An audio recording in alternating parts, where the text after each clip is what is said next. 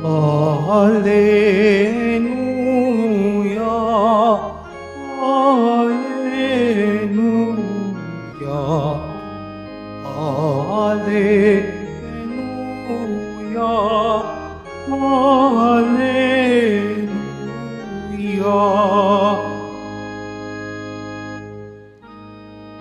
Salita ng Diyos ang buto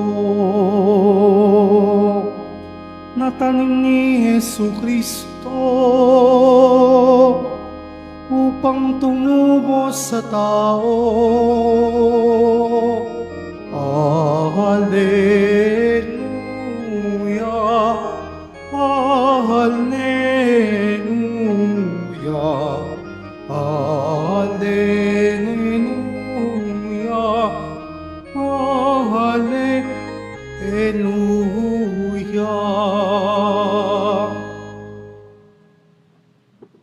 Sumainyo ang Panginoon, At sumaiyo rin. ang mabuting balita ng Panginoon ayon kay San Marcos. Papuri sa iyo, Panginoon. Noong panahong iyon, muling nagturo si Jesus sa tabi ng lawa ng Galilea. Pinagkalimpumpunan siya ng napakaraming tao, kaya tumulan siya sa isang bangkang nasa tubig at doon umupo. Ang karamihan na may nasa dalampasigan na sa gilid na ng tubig, at sila'y tinuruan niya ng maraming bagay sa pamamagitan ng talinhaga. Ganito ang sabi niya, pakinggan ninyo ito. May isang magsasaka na lumabas upang maghasik. Sa kanyang paghahasik ay may binhing nalaglag sa daan. Dumating ang mga ibon at tinuka ang mga iyon. May binhi namang nalaglag sa kabatuhan. Agad sumibol ang mga iyon, sapagkat manipis lamang ang lupa doon. Ngunit nang tumindi ang sikat ng araw, nalanta at natuyo ang mga binhing tumubo. Palibhas ay walang gaanong ugat. May binhi namang nalaglag sa dawang. Lumago ang mga dawang at ininis ang mga binhing tumutubo, kaya hindi nakapamunga. At may binhing nalaglag sa matabang lupa, at ito'y tumubo, lumago at nag-uhay ng mainam. May uhay na tig-30, tig-60, at tag-100 ang butil.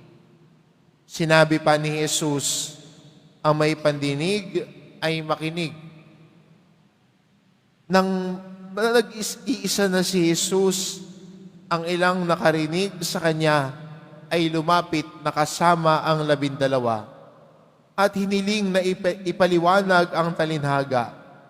Sabi niya, ang sa inyo'y ipinagkaloob na malaman ang lihim tungkol sa paghahari ng Diyos. Ngunit sa iba, ang lahat ng bagay ay itinuturo sa pamamagitan ng talinhaga. Kaya nga't tumingin man sila ng tumingin, ay hindi sila makakita, at makinig man ng makinig, ay hindi makaunawa.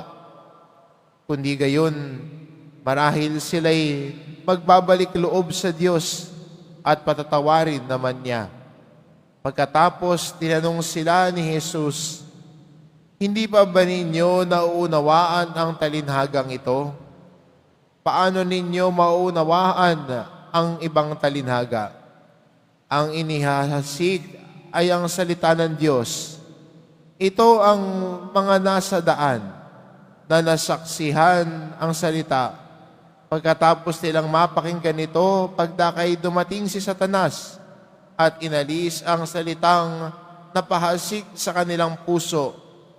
Ang iba'y tulad naman ng napahasik sa kabatuhan. Pagkarinig nila ng salita, ito'y agad nilang tinatanggap na may galak. Ngunit hindi naman ito tumitimo sa kanilang puso. Kaya't hindi sila nananatili. Pagdating ng kahirapan o pag-uusig dahil sa salita, agad silang nanlalamig. Ang iba'y tulad ng napahasik sa dawang. Dininig nila ang salita, ngunit sila'y naging abala sa mga bagay ukol sa mundong ito. Naging maibigin sa kayamanan at mapaghangad sa iba pang mga bagay. Ano pat ang salita'y nawalan na ng puwang sa kanilang mga puso, kaya hindi sila nakapamunga. Ngunit ang iba'y tulad ng binhing napahasik sa matabang lupa. Pinakikinggan nila at tinatanggap ang salita at sila'y nagsisipamunga. May tig-30, may tig-60, at may tagi-100. Ang mabuting balita ng Panginoon. Pinupuri ka namin, Panginoong Heso Kristo. Magsiupo muna. Magandang mapansin sa ating Ebanghelyo ang talinhaga ni Jesus at marahil ang karamihan sa atin, kabisada rin yung 4 sa batuhang lugar, sa dawangan, sa matabang lupa. Maganda mapansin sa ating Ebanghelyo ngayon na tayo ay iniimbitahan na maging ang puso natin na maging tulad ng mabuting lupa na handang tanggapin ang binhi ng salita ng Diyos. Pero maganda mapansin anong problema. Pinapareho naman tinanggap ang salita ng Diyos. Sa talinhaga ni Jesus, parehas tumanggap ng binhi, pero hindi nagpatuloy sa buhay nila. At paano lumago ang binhi ng mabuting balita kung ito'y hindi lang diringgin, kundi mula sa pagkadinig, ito ay dadako at tutungo sa pagsasabuhay.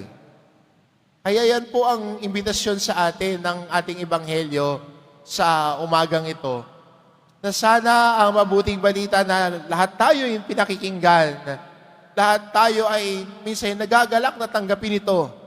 Sana maging totoo ito sa buhay natin. Sana ang salita ng Diyos ay hindi lamang salita para sa atin. At sana ang pagiging Kristiyano natin ay hindi sa bukang bibig lamang. Hindi sa salita lamang. Kundi sana ang pagiging Kristiyano natin ay nakikita sa ating pamumuhay at pang-araw-araw na gawain. Sana yung salita ng Diyos na pinakikinggan at masaya nating tinatanggap ay talagang tunay na magbigay pagbabago sa buhay natin. At doon lalago ang salita ng Diyos. Doon nagkakabunga ang salita ng Diyos. Kung ito ay sinisikap nating maging parte at bahagi ng ating buhay. Pero alam natin yung daan na yun, hindi madali yung daan na yun eh. Madali lang din sabihin. Pero alam natin na mahirap itong gawin. Kaya kailangan natin ang grasya ng Diyos na tulungan niya tayo. Tulungan niya tayo na ang salitang ating pinakikinggan ay maging bahagi at magbago ng buhay natin.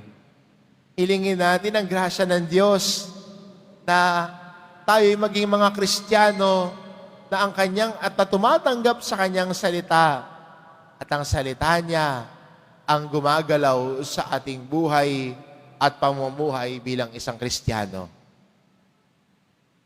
Sana marating natin yun. Sana sa pang-araw-araw nating gawain, araw-araw nating pagpasyahan, naisin na ang salita na ating pinagdinilayan at pinakikinggan ay maging buhay sa atin. At kung ganun ang gagawin natin, ang salita ng Diyos ay nagkakaroon ng bunga. Ang salita ng Diyos ay nagkakaroon ng maraming bunga sa buhay natin dahil sa pagsisikap natin araw-araw na sundin at piliin ang Diyos. Amen.